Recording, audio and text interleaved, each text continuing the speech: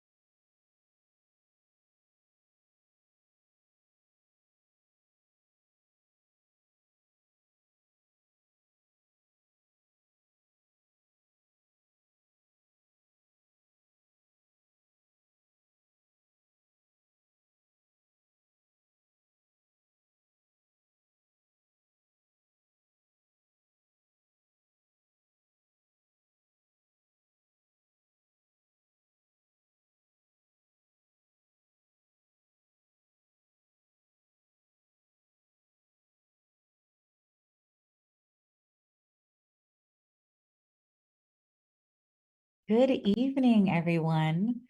Thank you for attending Urban Leagues of Portland's Meet the Candidate Forum for Oregon State Secretary of State. My name is Joy Elise Davis. I am the President and Executive Director of Imagine Black. I will be tonight's moderator. Before we get started, I wanted to take the time to thank our community partners for supporting tonight's forum. Tonight, we will feature candidates running from Secretary of State. We'll be joined by quite a full house. We have Brent Barker, Jim Crary, Senator James Manning Jr., Tim McLeod, Treasurer Tobias Reed, and Dave Stauffer. Please note that all candidates running for this race were invited, but either they had scheduling conflicts, declined to participate, or didn't respond to our outreach efforts. All candidates are here to highlight their campaign proposals and answer questions related to our community. For tonight's event, we will do the opening statements, questions, and then have closing statements. We're going to start in alphabetical order and then rotate throughout the sections. Although we hope that this forum will be an exciting and informative event, we also want it to be an orderly and respectful one. So we're making sure that all defamatory, abusive, profane, threatening, offensive, or hate speech, those are strictly prohibited. Candidates that engage in behavior will be removed from this forum.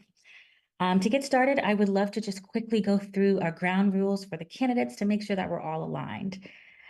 First, we want everyone to please remain muted if you are not answering a question. This is really going to help us for audio issues and keep us really focused. Each candidate, like mentioned before, we're going to have an opening statement. You will have 1 minute to do that. When questions are asked, each candidate will have 2 minutes to respond with no rebuttals. 4, after questions are complete, each candidate will have 2 minutes to deliver a closing statement.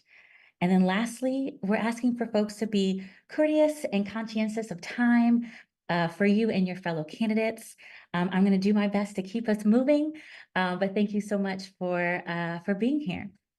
We're going to begin, like I mentioned, with some opening statements. Again, you have 1 minute to introduce yourselves.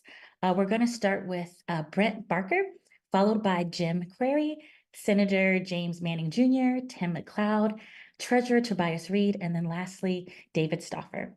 Brent Barker, your time starts now. Well, I have to tell you, this is, can you hear me? I take it you can. This is quite an honor. I think, or I believe that, being here with the Urban League, thank you. And Joy, I saw your video the other day with Bruce Poinsetta, I believe, his show. It was a fantastic interview, and it was really refreshing, by the way. But I think this group of candidates right here, as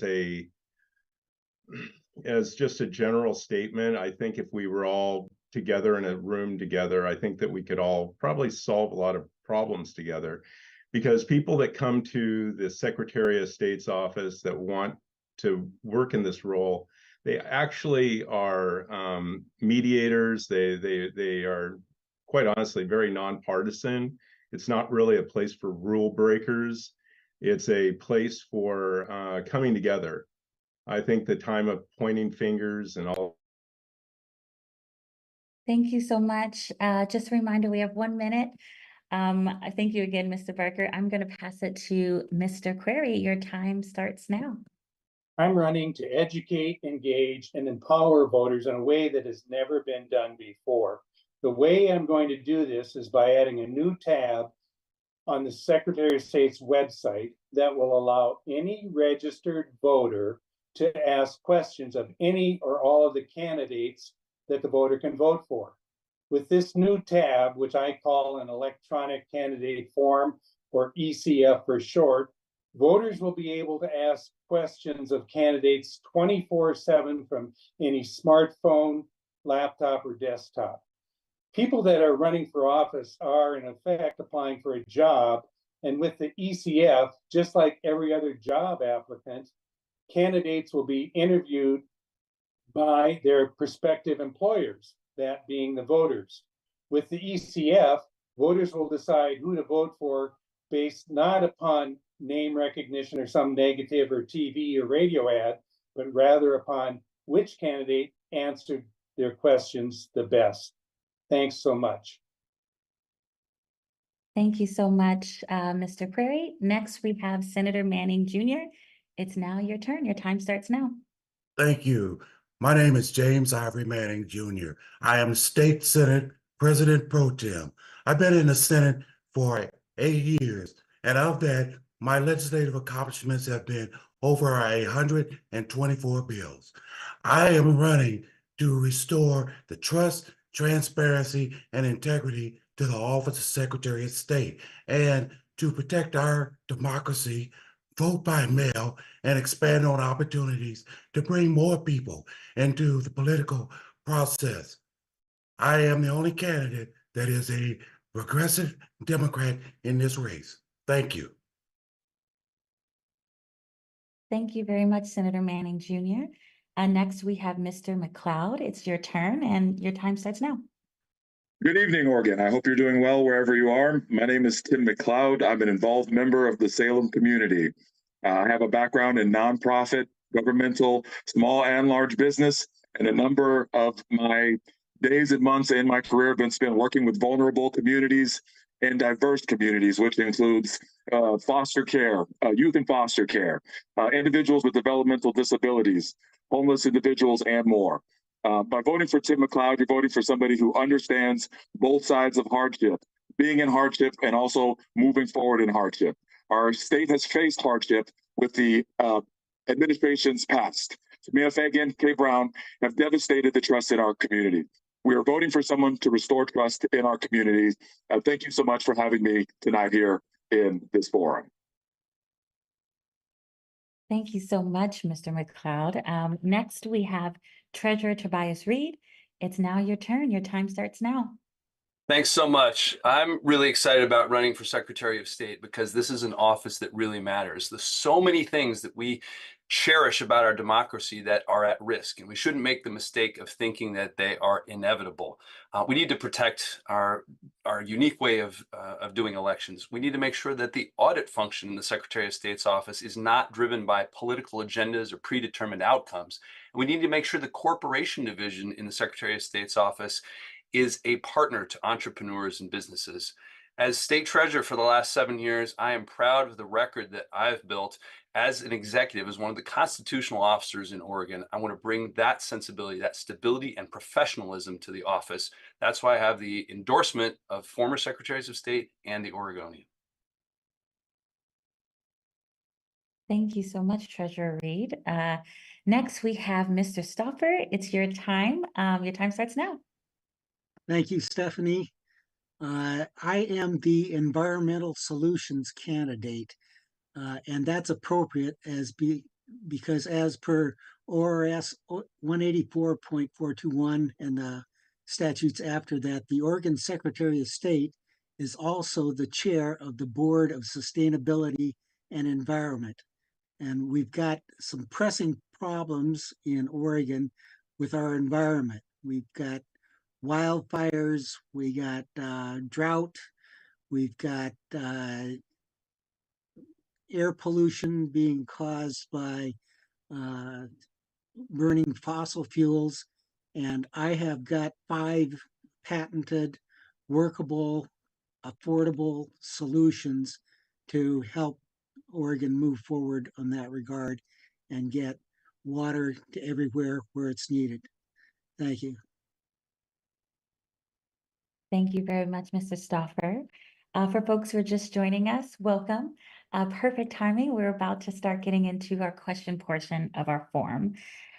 Just a reminder for folks, each candidate has 2 minutes to respond to each question. I will call on folks when it's their turn. And if you need anything, please let me know. So I'm going to get into the first question.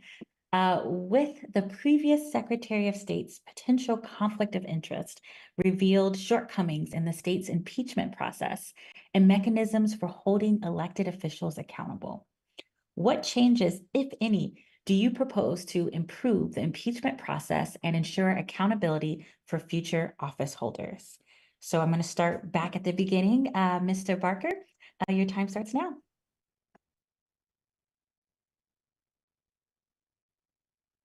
Thank you, Joy. My name is Brent Barker, and I am running for Oregon's Secretary of State.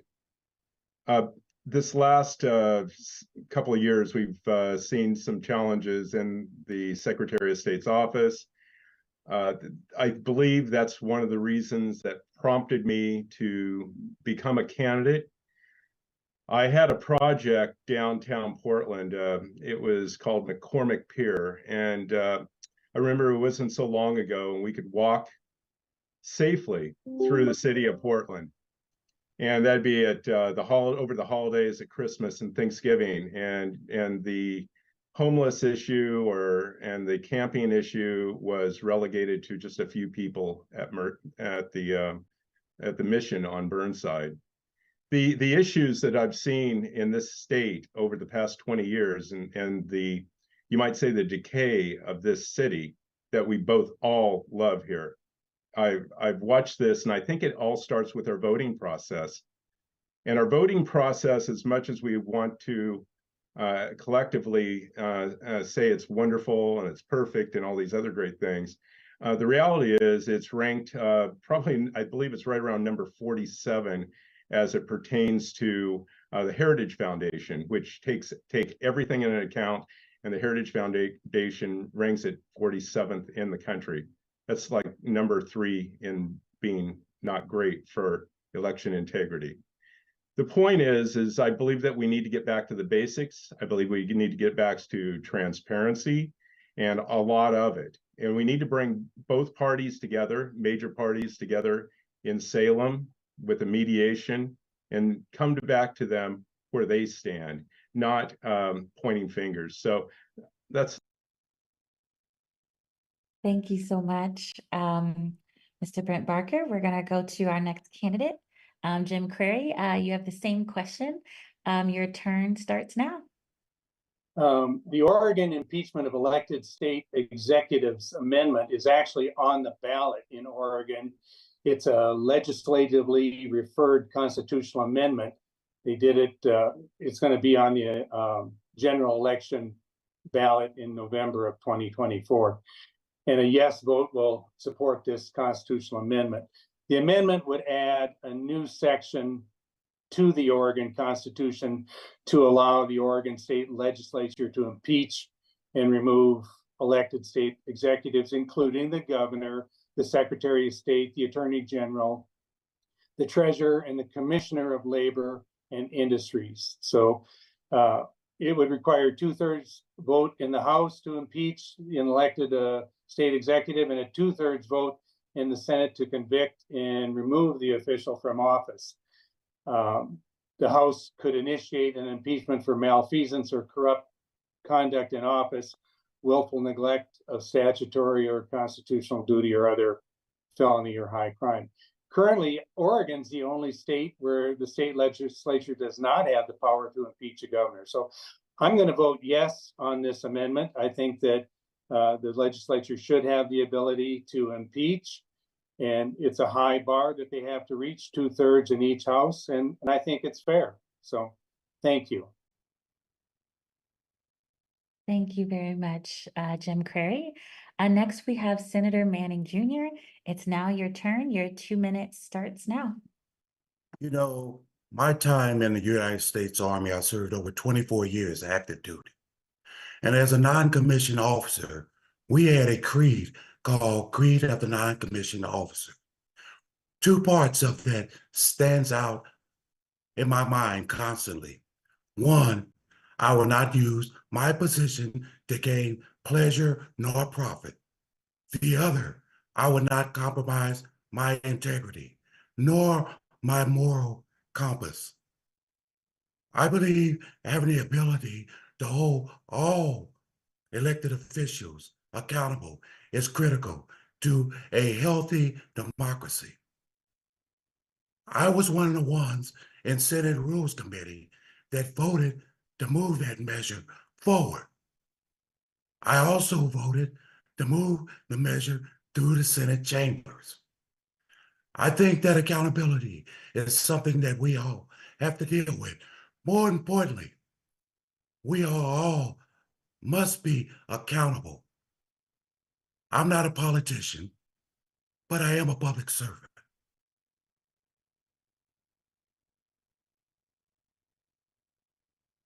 Thank you so much, Senator Manning Jr.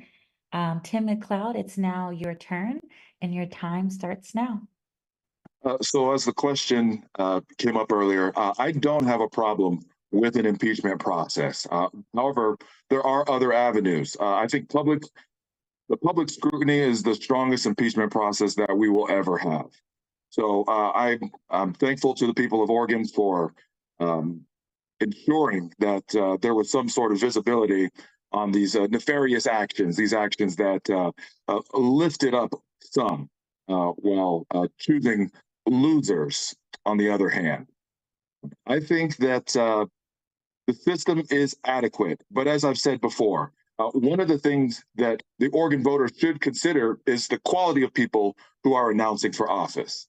To date, when we look back over the last several years, it's clear that we have not been choosing our highest quality people. Our highest quality people are not stepping forward to announce candidacy for office. And the consequences are evident. One of the things that's important, the whole point of this role is that the public can look at this person and understand that they are leading these offices that they are entrusted with in the most upstanding way. We want that as a society. And that's one of the reasons why I announced. I'm not a lifelong politician by any measure. I'm the person who votes, but also sees that there is a need for people. And so because of that, I step forward. Thank you. Thank you so much, Tim McLeod. Next, we have Treasurer Reed. It's now your turn. Your time starts now.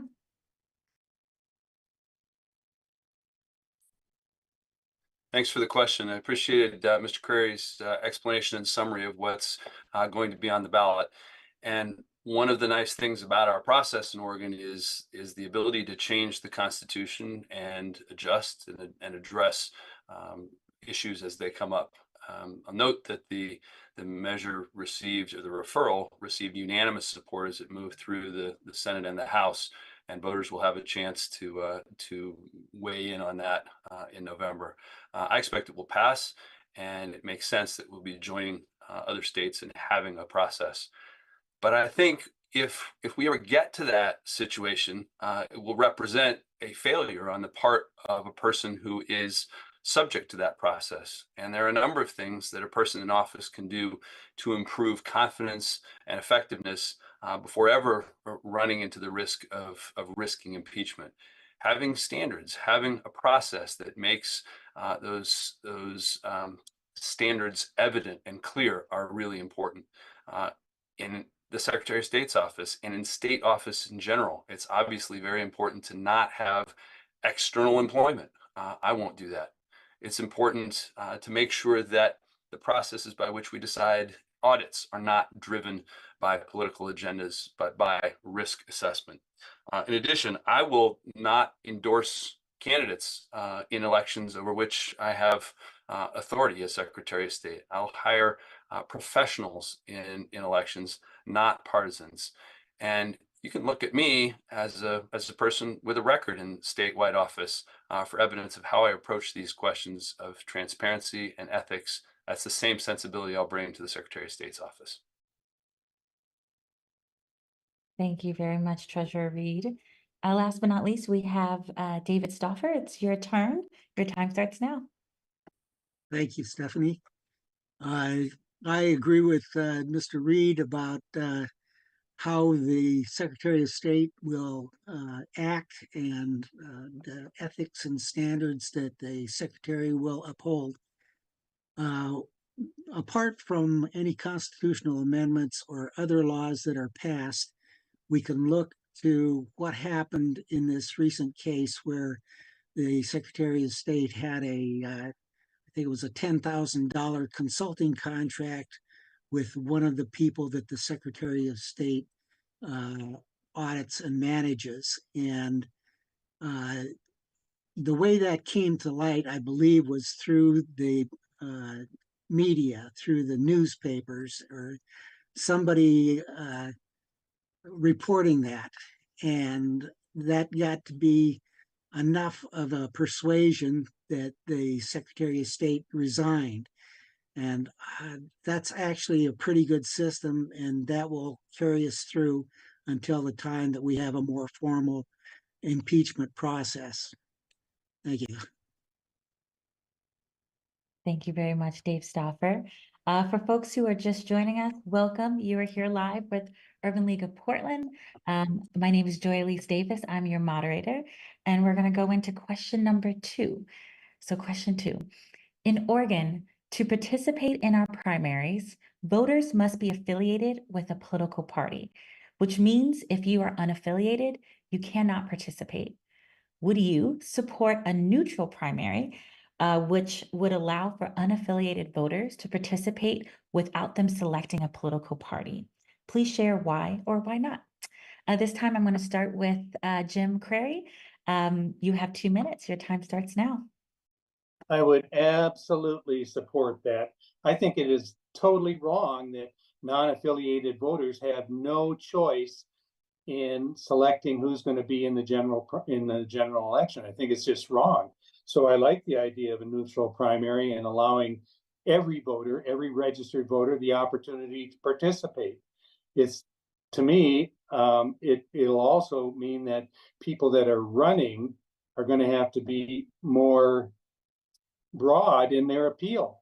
Right now, you can be a very partisan candidate in especially the Republican Party and win your primary, and then you have that going over into the general election, and I think that's wrong. I think let's let everybody participate. We're all citizens. We should all have the right to participate not only in the general but in the primary as well. Thank you. Thank you very much, Jim Crary. Next, we have Senator Manning Jr. It's now your turn. Your time starts now. Thank you. Great question. I think that every Oregonian that has the right to vote should have opportunity to vote. So how about if we examine first, until we sort everything out, same-day registration? That is a month window up to the primary or general election where a affiliate or non-affiliate can register to vote. I think that having that conversation about open primaries is something that I'm open to as well. But I would like to let the people of Oregon make that decision, and not the Secretary of State nor a candidate for Secretary of State. Thank you. Thank you very much, Senator Manning Jr. Next, we have Tim McLeod. It's your turn. Your time starts now. Thank you so much for the question. So there isn't a candidate here in this forum that has tried harder to bring both sides of our political sphere together via the votes. What I found out during my candidacy for governor in 2022 is that I had up to potentially tens of thousands of Democrats write me in as their vote, and those votes were not acknowledged in our elections process. That means because of our closed primary process, those votes were thrown away. This is unacceptable in a democracy. If what it takes to bring back one of the largest voting blocks in Oregon, the people that have no say over who their leaders will be because of our closed primary process, if that is what's holding us back as a society from bringing everyone back to the table, then we must open up a neutral primary process. Thank you. Thank you very much, Tim McLeod. Next, we have Treasurer Reed. It's your turn. Your time starts now. Thanks for the question. I think this is a really critical question because the situation we're in now really is untenable, as the proportion of voters who choose not to affiliate with any party continues to grow. More and more people are not participating in primaries. It's worth noting that even in that situation, however, there are important questions that are being decided on primary ballots outside of a partisan process, and we need, as we consider other changes, to make sure that those people are participating in school board elections, in bond questions, all those sorts of things. But as we do that, I think it does make sense to think about what reforms give people more confidence and more motivation to participate. And we're going to see a bunch of those reforms. In fact, on this fall's ballot, there's a proposal to add ranked choice voting. I'm concerned about trying to do too much all at once, and I want to make sure that we give ranked choice voting, which has a lot of interest in it, a chance to be implemented well. But I think we have to continue to be open to things that will allow more people to participate as they want at the earliest stages of our process. Thank you very much, Treasurer Reed. Next, we have Dave Stoffer. It's your turn. Your time starts now.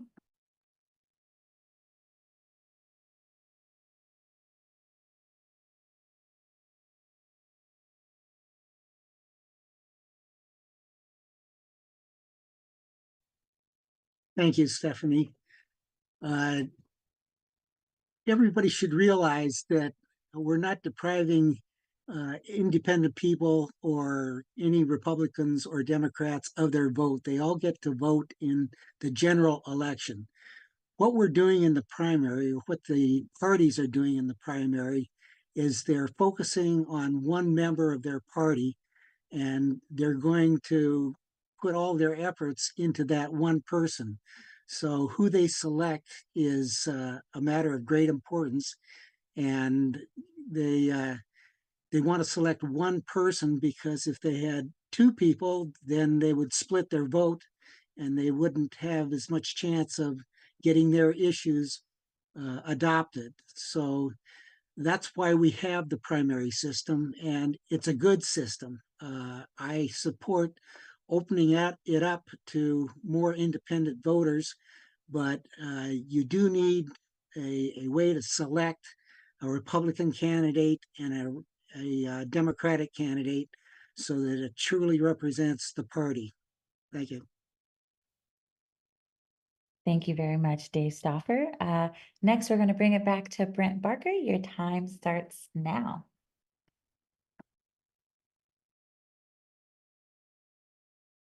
Thanks, Joy. I just love your voice. I don't know, just so soothing. You're the best moderator. You know, as it pertains to the independent voter, the NAV, I really believe that we need open primaries in this state. The Secretary of State does not make the rules. The legislature makes the rules. So the Secretary of State is the guardian of those rules, if you will. And I think that that's where the emphasis should be. Currently, we have about 1.3 million Democrat voters in the state of Oregon. There are just over 1 million independent voters, and we have about 700,000 Republicans in the state. Those numbers equate to about 3 million voters. I believe that regardless of the process that we're voting, regardless of the validation or the of the voter and the ballots, and are they coming together as one? Are they transparently one? And are they authentic? I think those are the issues that we're all looking for. The independent voter, because I talk to them all the time. I'm not singing to the choir in my campaign. I'm singing to all people, all parties, anybody that'll basically listen. Because I really want to see the Oregon that I recall growing up in, where we had safer streets, cleaner streets, less trash in the streets, and I think the voting process could improve, because you've got a big group of people out there that are non-affiliated, they're ready to be involved, but it's not going to work when we have this closed primary system with but I do have to compliment campaign finance reform. That was. Thank you very much, Brent Barker. For folks who are just joining us, you are here live with the Urban League of Portland. Really grateful that you're sharing some virtual space with us this evening. We're going to transition into question 3. So question 3, do you think it is an appropriate use of public dollars to fund community-based civic engagement programs that are focused on voter education and turnout? Please share why or why not. This time we're going to start with Senator Manning Jr. Your time starts now. Thank you. Thank you. Very interesting question. First, We all know, well, the money that's appropriated for these funds are done at the legislative level. Position of Secretary of State as an auditor, which I am a former United States Army Assistant Inspector General. I've got years of auditing experience, and I have received numerous accommodations for my work in auditing to oversee those funds and see that they're being dispersed appropriately and that they are bringing in the information, the data, the intent of the legislature. Now, when we're talking about community dollars, I'd be very careful about how we expend those. But I think that when we're talking about cultural specific areas and communities, certainly we need to do a lot more work in those areas. Thank you.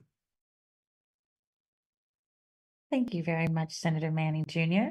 Next, we have Tim McLeod. It's your turn. Your time starts now. Thank you so much. As Senator Manning pointed out, there can be some upsides to funding a community-based civic engagement program. And also, as was commented on, the indications of success will need to be very closely monitored. This office is not a partisan office. We represent all voters. So as a result of that, public funds that are spent to educate the public must be handled in a nonpartisan way. Oftentimes we see in a state such as Oregon that this can be a difficult task. That's why any group that were to be involved in educating the public would need to be constantly reviewed. There are a number of groups that I think can and should step forward in educating the public. I think that the major parties are doing what they can to educate in their specific slants. But I think that from a general standpoint, there are a number of areas of policy which is being passed by legislators every day that people have no idea about and have no fundamental understanding of what's being passed. This is an opportunity for people to better understand. Thank you very much, Tim McLeod. Next, we have Treasurer Reed. It's your turn. Your time starts now. I appreciate this question. It's a really thoughtful one because we're all better off when more people are voting and feeling confident about the choices that they're making in that process. It reminds me of an experience we've had in the state treasury. One of the programs we run is the College Savings Plan. This is a really powerful program that helps people think about what educational opportunities are available beyond high school. And one of the challenges we've faced is that the people who use college savings plans generally don't look like Oregon. So we are trying to make sure that the population who use it are reflective of the entire population geographically and demographically. And we're humble enough to recognize that we are often not the right messenger to communities who haven't had good experiences with government. So we asked trusted partners to help us understand how to better communicate. That experience has really informed the way I approach this question. And I agree, there would have to be very strict standards about how public dollars would be used in that respect. But oftentimes, government is not the best messenger for communities that haven't had good experiences, haven't been served well.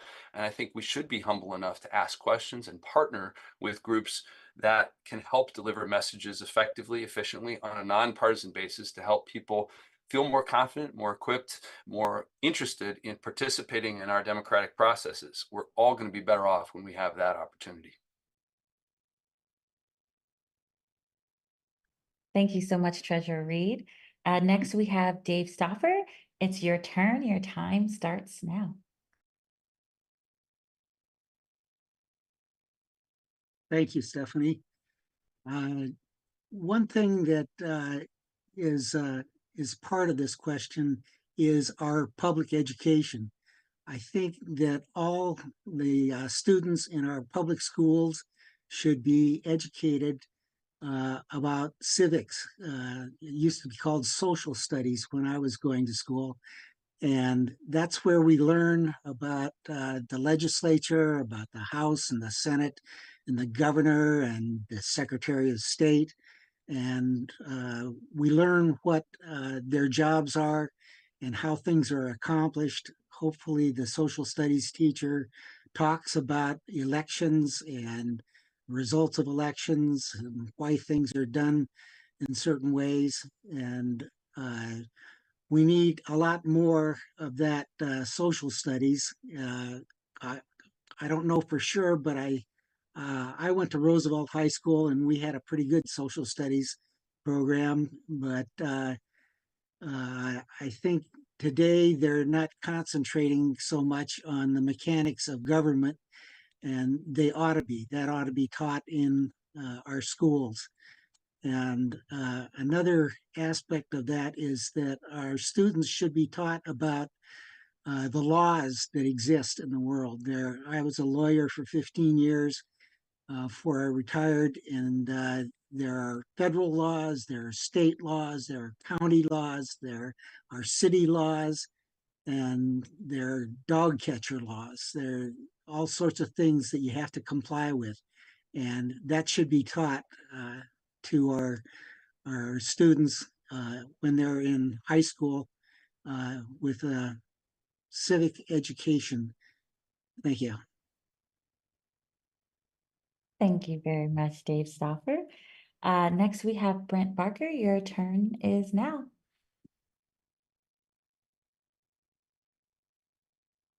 Thank you, Joy.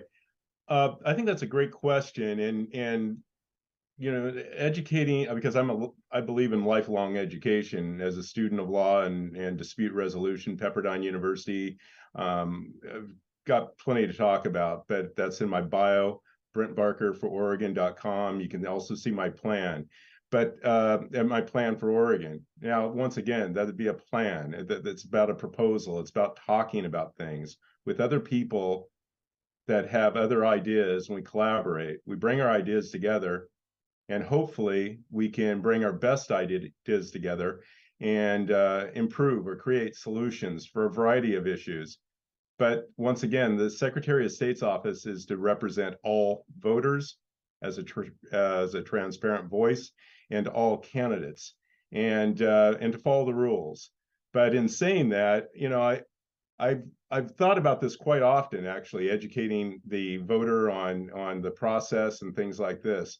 And I think what's really key to this would be maybe a statewide holiday for voting. So on this year, November 5th, that would be a statewide holiday, and where the employer is provided a tax credit for a half day or a full day, where the folks are allowed to go vote in person with an ID, a valid ID.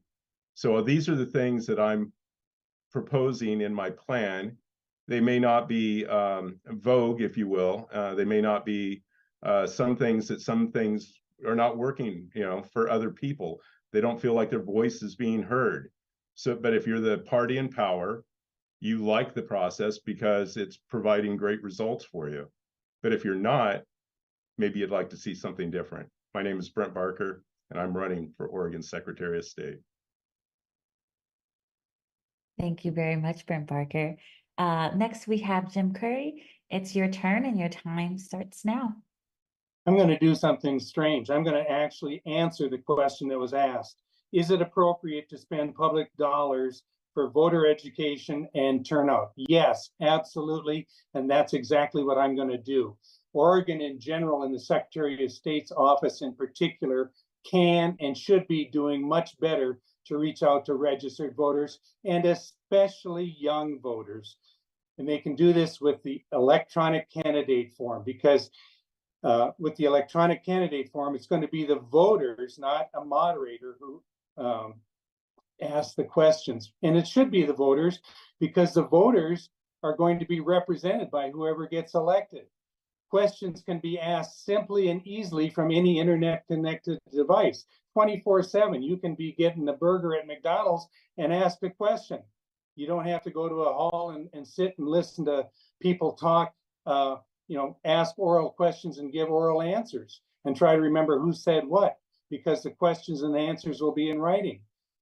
With the electronic candidate form, candidates are going to actually have to spend more time answering voters' questions and less time dialing for dollars. With the electronic candidate form, the voters are going to be in control of the election process. And finally, we get political campaigns that people want to engage with. And voters are going to vote based upon not negative TV or radio ads, but upon answers to their questions. And I think right now, too many voters see politics as a rigged game. It favors the rich, it favors special interests, but leaves the common citizen out. So we need to empower common citizens, common voters, to feel that their vote actually means something. And that's going to happen with the electronic candidate form. So is it appropriate to spend public dollars for voter education and turnout? Absolutely. Thank you. Thank you very much, Jim. Query, for those who are just joining us, you are here live with Urban League of Portland. We're about to start our next question. So here we go. Question number 4. Public funding of elections has been proven beneficial in the city of Portland in terms of limiting the influence of dark money. My question is, what could Oregon do to open up the process to candidates of diverse backgrounds? This time we're going to start with Tim McLeod.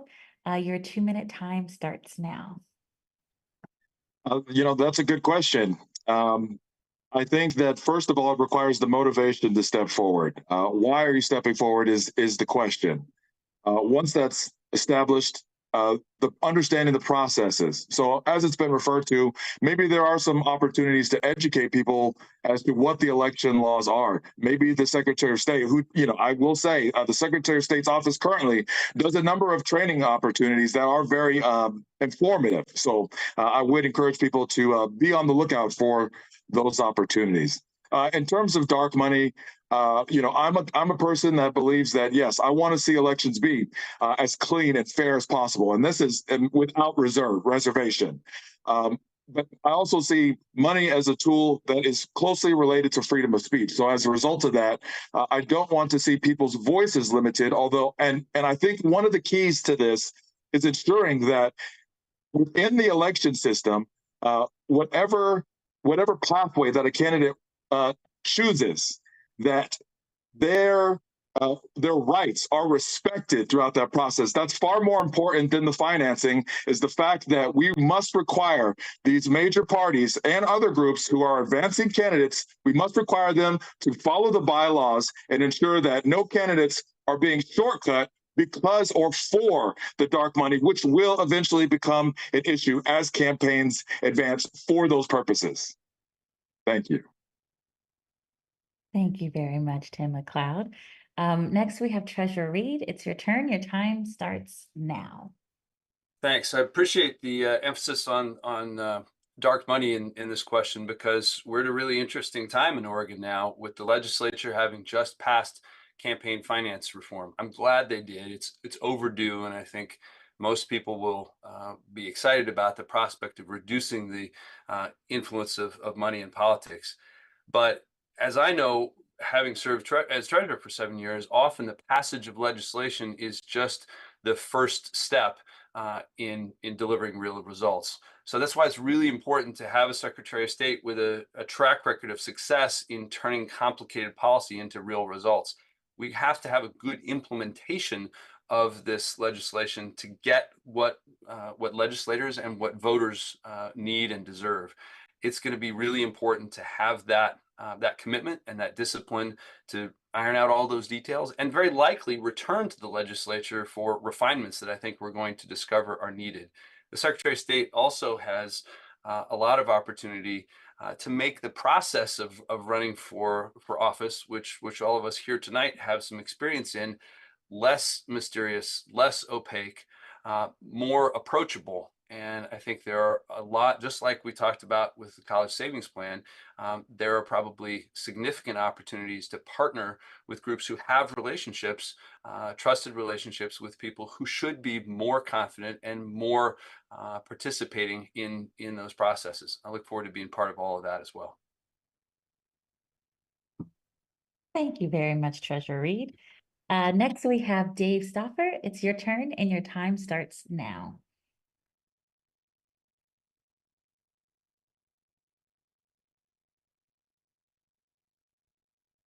Thank you.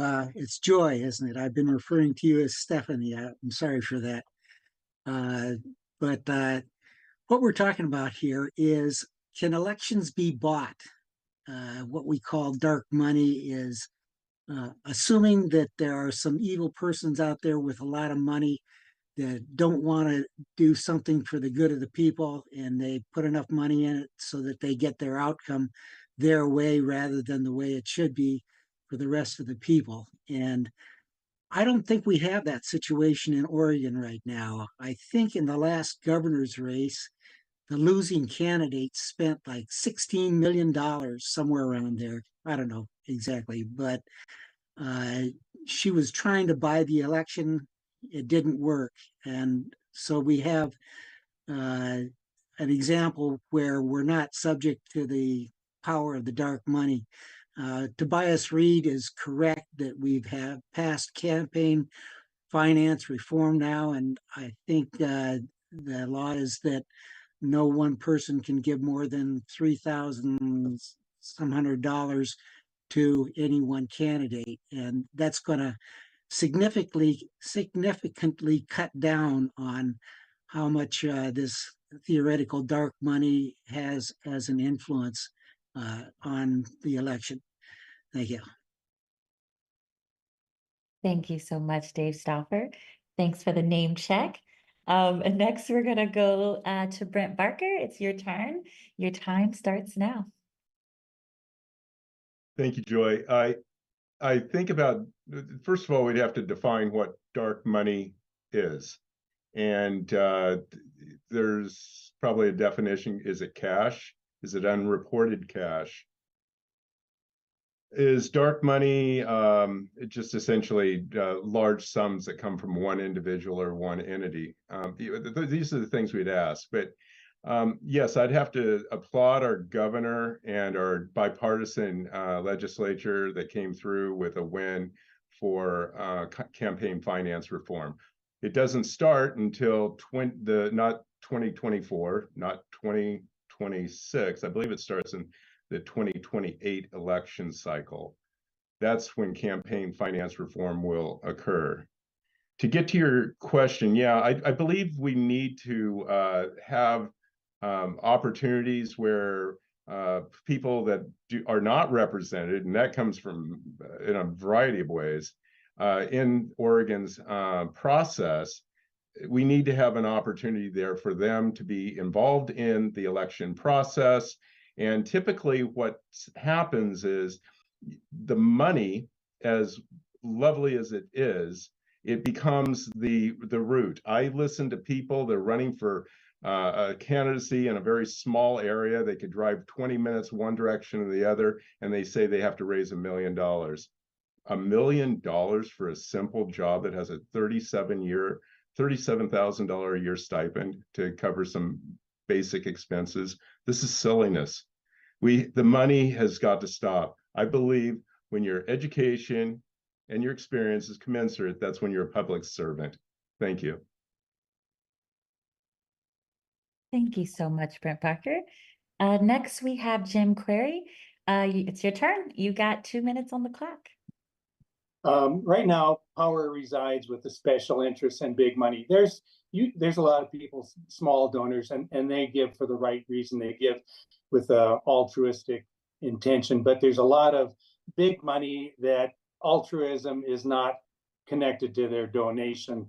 They're expecting something in return, and it's not necessarily a quid pro quo, but they're expecting either some kind of legislation passed or some kind of legislation defeated.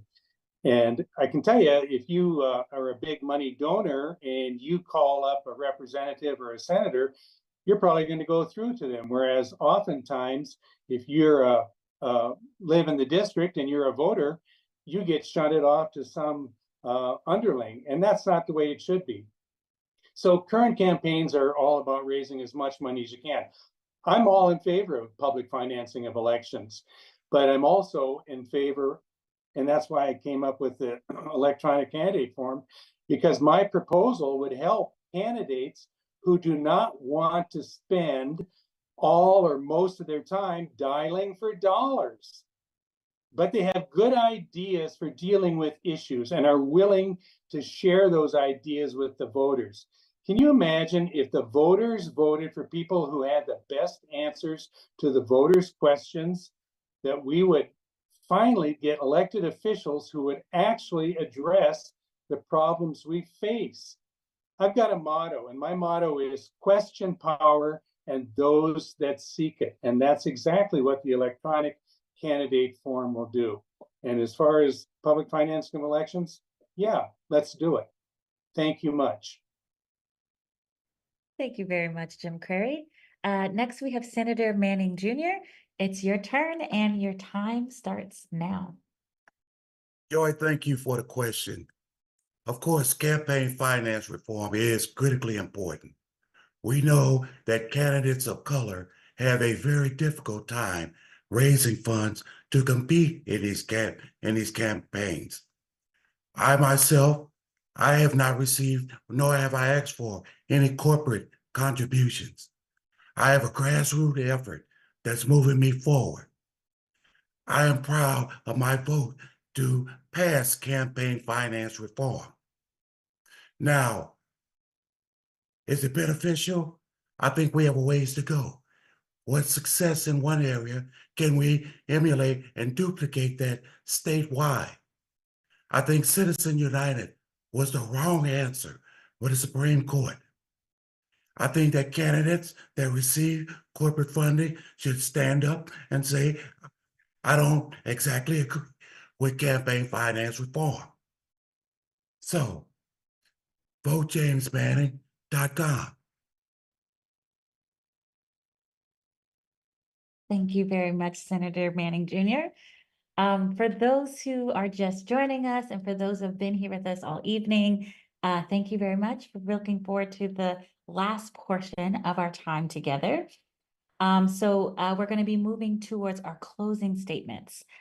Just a reminder, we will begin this with 2 minutes on the clock for each candidate. We're going to start with Dave Strasser first, and then we're going to follow it by Treasurer Tobias Reed, and then I'll kind of walk you all through the next portion. So the floor is yours, 2 minutes. Dave Strasser. Thank you, Joy. I'm going to end this as I started it. The Secretary of State is also the chair of the Board of Sustainability and Environment. We know we've got problems in Oregon with our environment. Our scientists all tell us in 2016, they said we had 13 years left before our environment becomes unlivable. For Democrats, Republicans, and independents, it's very important that we be able to breathe the air. And we've had times in Portland where the health department has said to people who are elderly or who have breathing problems, stay inside, don't go out and breathe the air. In addition, about the summer before last, we had a heat wave where it got up to be 116 degrees in Portland. 116 degrees. I went outside in that for 5 minutes and I got nauseous. It was the beginning of a heat stroke or heat exhaustion. During that time period, there were 6 people in Portland that died of the heat. And we have to do what we can to take care of that. And I have got 5 patented, workable, non-polluting inventions that can make a big dent in that air pollution that is causing us environmental problems. I'm the only candidate that has that, and I would love to work as the Secretary of State and as the chair of the Board of Sustainability and Environment to implement those solutions so that we can clean up the air and get water to wherever it's needed in Oregon and get the Thank you very much, Dave Stauffer. Appreciate your responses. Next, we have Treasurer Tobias Reed. Your time starts now. Thank you, Joy. Thank you to the other candidates, and thanks to everyone who made this forum possible. I've enjoyed the conversation tonight. We've covered a lot of ground and a lot of different issues. So I think it may be appropriate at the end to step back and remind ourselves what the Secretary of State's responsibilities are. Of course, we know the Secretary of State is the chief elections officer for Oregon, and we have a lot of work to do. We should be proud of the things that we've done in Oregon. First state in the country to operate our elections by mail, just past the 25th anniversary of that. Automatic voter registration, lots of things that we should be proud of, but we can't assume that those things continue because there are people who are trying to make it harder for people to vote. I'll be a Secretary of State who will stand up to those attempts and not stand for anyone who is trying to undermine our elections or people who are carrying them out. Similarly, the audit function for the Secretary of State is critical, making sure that we are basing those activities on data and not based on predetermined political agendas or outcomes. And finally, the corporation division to make it easier for businesses in Oregon to start and to succeed. I don't think there is any substitute for the specific experience that I have as one of Oregon's 3 constitutional officers. For 7+ years, I've led an agency of hundreds of people that take care of $140 billion, hundreds of thousands of retirement accounts, billions of dollars of state debt, $380 billion of transactions every year. That kind of authority and responsibility to set a vision, hold people accountable, make sure that people who are doing important work for the state have the resources they need and are held accountable. That's why I have the endorsement of the 3 former secretaries of state who have done this job and have decided to endorse in this race. It's why I have the endorsement of the Oregonian. It's why I would very much like to have your vote and your support, and why I appreciate you being part of this conversation tonight. Thanks. Thank you so much, Treasurer Reed. Tim McLeod, it's now your turn. Your time starts now. Thank you so much to the Urban League and all the staff for putting this together. So a couple things I'd like to say. As the chair of the Sustainability Board, I will advance civil rights. Civil rights are for everyone. As a member of the State Land Board, I promise to ask questions. I promise to strengthen Oregon's infrastructure, reduce our costs, and limit our investment losses and our other audit costs as it pertains to the community school fund. In 2022, which were the last records released, there were over $100 million in investment losses and approximately almost $700,000 in accounting costs. I think we must look closer at that. As a person who's been involved on the front lines of civil rights here in Oregon, I know what it takes to be resilient. I will continue to push forward. And this role specifically needs somebody who can operate as an independent thinker, who cares about Oregonians, and will lift up the voices of all Oregonians. We have an important choice to make. We're getting to a time where government actors and long-term politicians are making the decisions for us, the people. I have announced my candidacy as a community figure, somebody involved at the grassroots of our community.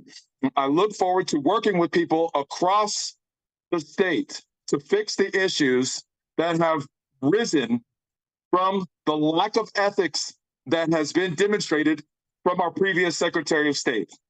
I ask that moving to the general, you will consider voting for Tim McLeod, and in the general, you will consider voting for Tim McLeod. Thank you so much for your time this evening.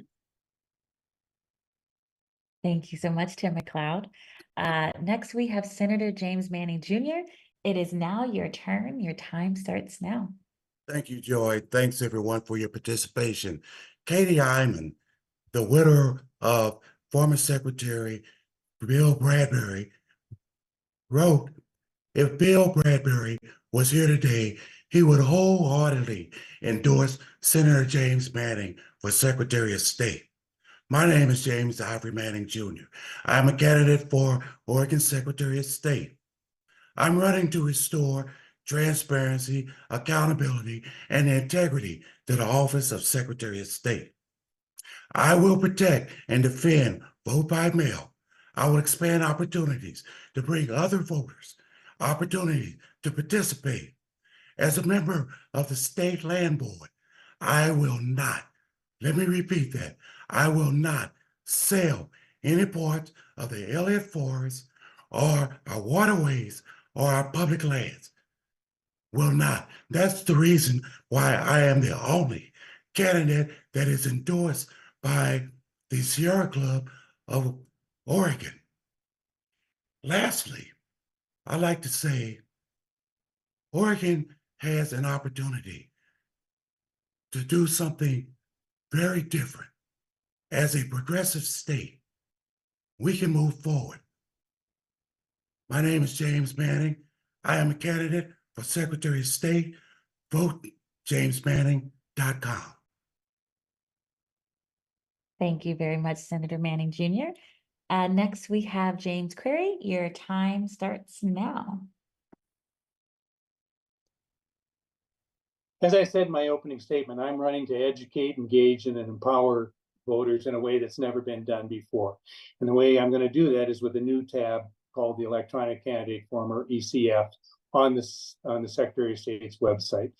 The ECF will allow any registered voter to ask questions of any or all of the candidates that they can vote for 24/7 from any internet-connected device. And the thing about this is all questions and answers are going to be in writing. They're going to be open for everyone to see. And after the election, all the questions and answers will be archived and kept for future review, access, and accountability. Here tonight, we all had 11 minutes to introduce ourselves and to answer questions. The questions were oral, as were our answers. And to the people that are listening to this, I have a question. Can you remember who said what? With the electronic candidate form, because both the questions and answers are going to be in writing, you will know exactly what candidate said what. Voters are going to decide who to vote for based upon who had the best answers to the voters' questions. Plus, candidates are going to be able to give well thought out and thorough answers to the voters' questions.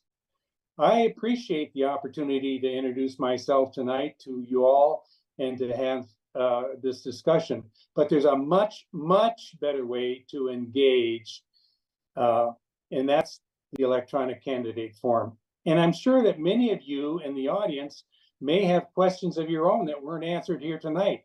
And if you have any questions for me, please call or text me at 541-531-2912, and I'm going to answer your question directly, and I'm not going to dodge it. My motto is question power and those that seek it. Thank you so much. Thank you so much, Jim Query. Next, we have Brent Barker. It is now your turn, and your time starts now. Thank you, Joy. Yeah, I believe that this is a great opportunity here for anyone in their career to run for Oregon Secretary of State. And I have learned a little bit from James tonight, and I've learned a little bit from Tim, Dave, Tobias, or Treasurer Reed, and James, or Senator Manning, I should say. Each candidate has something to offer. We have a great cast here. Oregon has a great opportunity to choose leadership and to march the state forward. But I would have to say, if the voter is happy with the past 20 years of the outcome, we don't have to look far. If everybody's happy with the outcome, then just keep on doing the same thing over again, expecting a different result. The fact is, this state has changed significantly over this past 20 years. I've watched it a lot. I grew up in Raleigh Hills.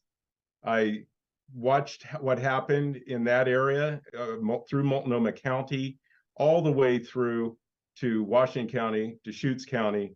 There's been so many changes in this state that I believe that many voters do not feel like their voice is being heard.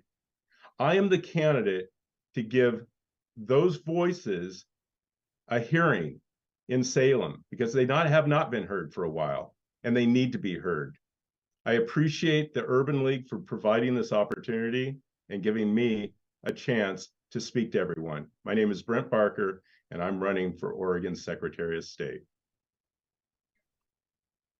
Thank you, Brent Barker. Whew. As tonight's candidate forum comes to an end, I want to give a special thank you to our partners at LNS Captioning and Open Signal who are airing this forum. Thank you. We want to thank the candidates for participating tonight and our community partners. I also want to highlight the importance of voting. The deadline to register to vote for the primary election is April 30th, and the primary election day is May 21st. Democracy only works when people vote, so get registered if you aren't, and please vote. Audience, please remember that the Urban League is a nonprofit organization that relies upon donations and memberships to be able to serve the community. Join our movement for justice and equity in Oregon by visiting our website at ulpdx.org. I'll say it again, ulpdx.org. If you are able, I invite you to donate. I'm going to be donating later tonight. Your support is an investment in our Black community and our robust wraparound programming that empowers communities and changes lives. Tonight's event is a part of Urban League's series of virtual candidate forums for the primary election.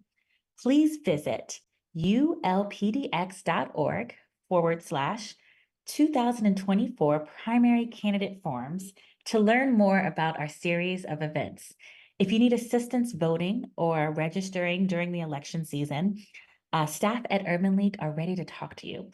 If you can reach out on the website, social media, or you can even call at 503-280-2600 for assistance. Whew. On behalf of Urban League's President Nikinge Harmon-Johnson, the Board of Directors, and all of the members, I want to thank the audience for joining us here tonight. I am Joy Elise Davis. I am the President and Executive Director of Imagine Black, and I wish you all a good night. Take care. Thank you so much, Joy. Thank you.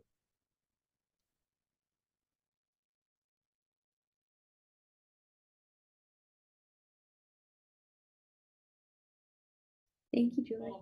Thanks, Joy. As always, you're a rock star. We appreciate it. Thank you. I was waiting.